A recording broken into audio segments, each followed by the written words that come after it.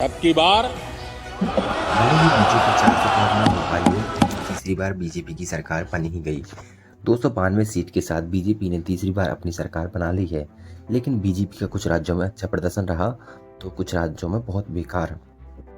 तो आज की इस वीडियो में हम जानेंगे कि बीजेपी की किन 29 राज्यों और 8 केंद्र शासित प्रदेश में सरकार बनी है और किन राज्यों में कितनी सीट आई हैं। तो बने रहिए इस वीडियो में।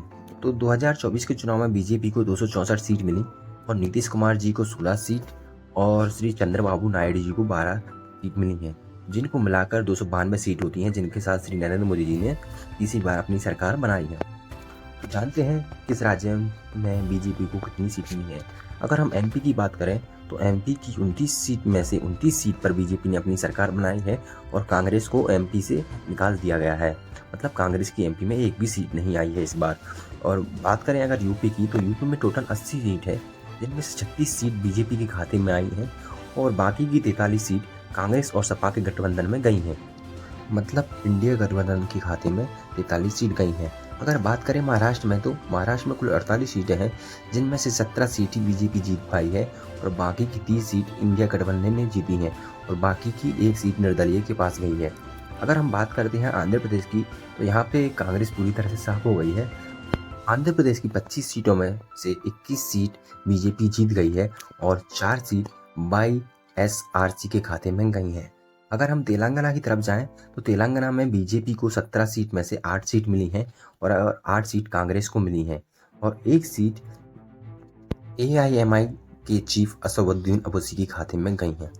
अगर हम पश्चिम बंगाल की तरफ रुख करें, तो यहाँ 42 सीट है। 42 सीट में से 12 सीट बीजेपी के पास गई हैं और एक सीट कांग्रेस के खाते में गई है और 29 सीटें दीदी के खाते में, यानी पश्चिम बंगाल की मुख्यमंत्री श्री ममता बनर्जी के खाते में गई हैं, जो शुरू से ही बंगाल में अपना रुतबा कायम रखती हैं।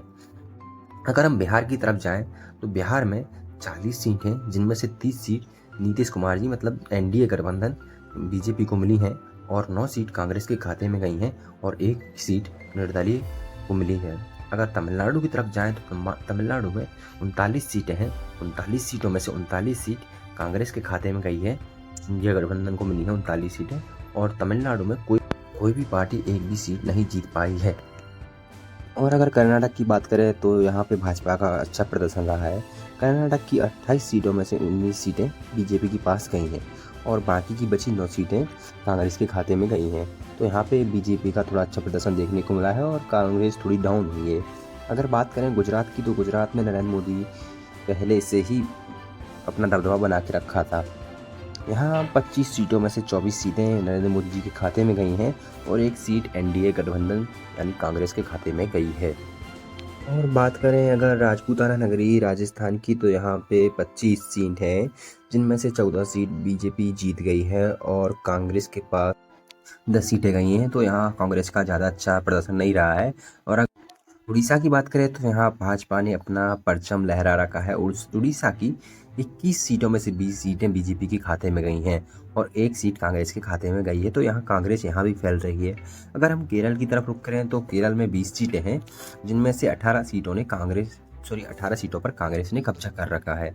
केरल में कांग्रेस का दबदबा पहले से ही था और एक सीट बीजेपी के खाते में गई है। तो जिंदगी में पहली बार कांग्रेस के गढ़ में से कोई एक सीट लेके गया है।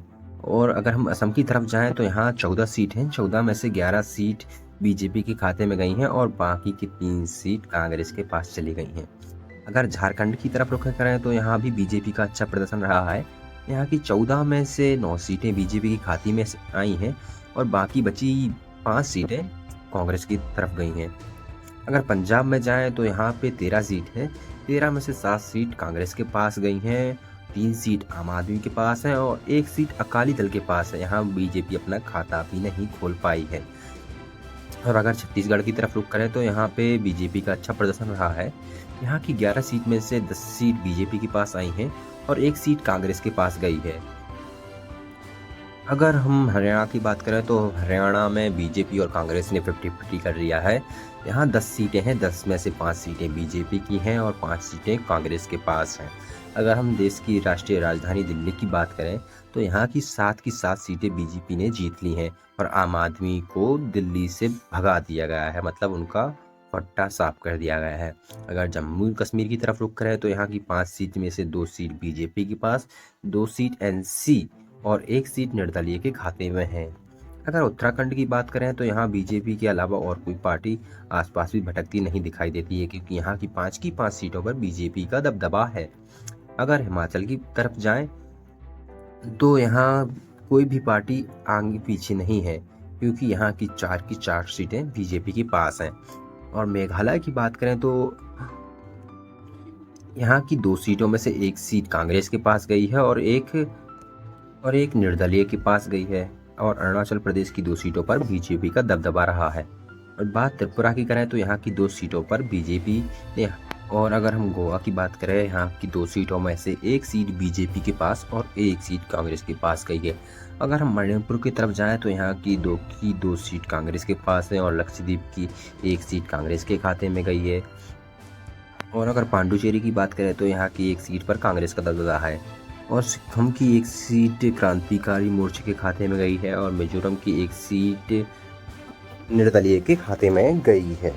नागालैंड की 1 सीट है, वह भी कांग्रेस के खाते में गई है। और अंडमान निकोबार द्वीप समूह की 1 सीट है जो बीजेपी के पास गई है। और चंडीगढ़ की 1 सीट कांग्रेस के खाते में गई है।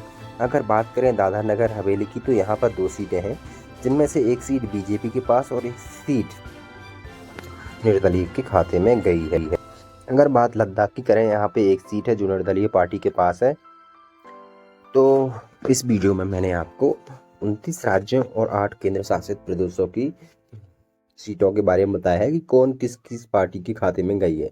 अगर आपको वीडियो अच्छा लगा तो प्लीज़ चैनल को सब्सक्राइब कीजिए और कमेंट करके बताइए कि कैसा लगा आपको, और एक लाइक करके बेल आइकन को प्रेस कर दीजिए। Thanks for watching.